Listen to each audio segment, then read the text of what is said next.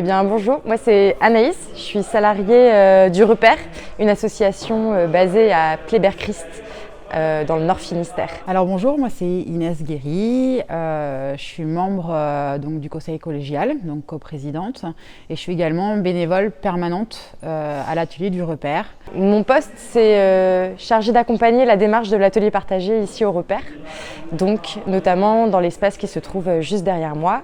On a un atelier partagé bois et un atelier partagé métal, et tout ça au sein d'une activité générale qui est une recyclerie, mais orientée sur le réemploi de matériaux du bâtiment.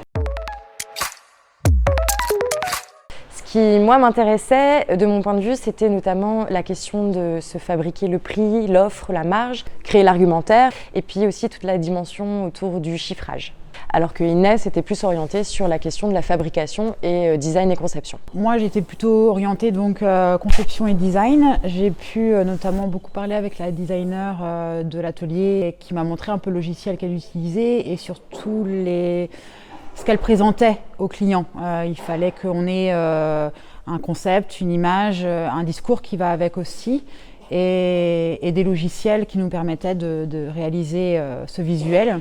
Et elle m'a montré également ses différents projets et comment travailler justement ce qu'on voulait donner comme image au Repère, et que ça soit propre, que ça soit professionnel, qu'on puisse montrer qu'il y avait effectivement du réemploi, mais avec des travaux finaux qualitatifs. On s'est partagé du coup avec Inès le programme. Moi j'ai passé une semaine toute seule sur Paris aux ateliers Extramuros où donc j'ai pu rencontrer les différents salariés de l'association, et j'ai pu également visiter des lieux qui concrétisent réellement en fait aussi la notion d'upcycling et de réemploi, notamment les canaux à Paris.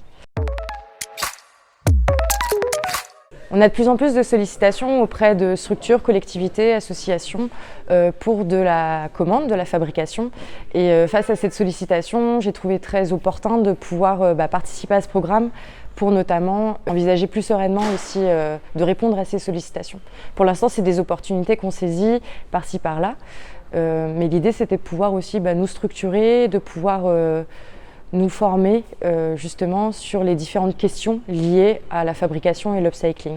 Des choses très très concrètes qui pouvaient être comme se confronter aux normes, les normes ERP, les normes feu, les normes jouets, mais également sur du chiffrage pur et dur, le temps passé, estimer son temps, chiffrer les matériaux, et puis aussi d'autres problématiques comme le SAV, le contact client, comment lire un cahier des charges. Lorsqu'on était sollicité par des structures, le premier contact en fait est important, et c'est ce que j'ai appris durant ce programme-là, c'est de bien comprendre ce que souhaite la personne en face et c'est quoi sa demande, et d'aller vraiment dans le détail. Et plus en fait on va communiquer avec cette personne-là, plus on va savoir ce qu'elle souhaite, plus vite on arrivera aussi à élaborer en fait un carnet de commandes qui va être adapté et vraiment qui va coller à ce que la personne souhaite.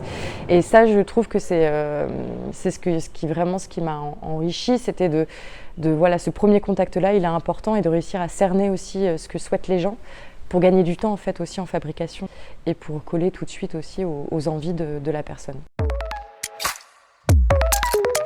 On a parlé de cette question de la ligne, de l'esthétique, d'avoir une empreinte qui soit reconnaissable. C'est déjà des pas qu'on a pu faire nous dans l'élaboration voilà, de nos produits. Donc maintenant on tente de communiquer sur ce qu'on fait.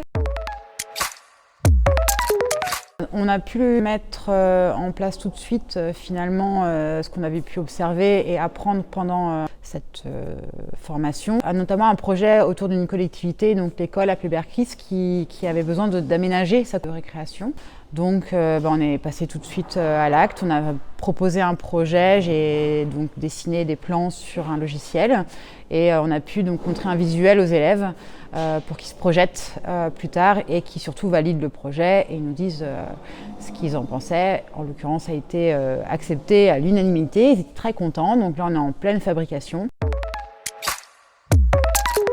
Le bon souvenir de ce programme-là, c'était notamment la visite des canaux qu'il y a eu à Paris. Je trouvais très intéressant de pouvoir concrètement se frotter en fait au réel et de montrer que oui, c'était possible de faire des choses, que c'était crédible et que c'était légitime aussi de pouvoir se positionner sur le réemploi et que ça pouvait aussi amener une dimension très design, esthétique. Et rencontrer aussi d'autres participants de cette formation-là m'a aussi permis de rencontrer d'autres acteurs du réemploi qui ont d'autres réalités, d'autres enjeux, mais finalement sur des problématiques qui sont similaires aux nôtres. Et de pouvoir échanger ensemble sur ces problématiques-là, ça a été plutôt enrichissant et très, très formateur. Nous, on a pu notamment réemployer, récupérer tous les établis qui sont maintenant utilisés à l'atelier partagé. Ça a été notamment issu d'une collecte en partenariat avec Valdelia. Et puis on a également récupéré beaucoup de tables d'école.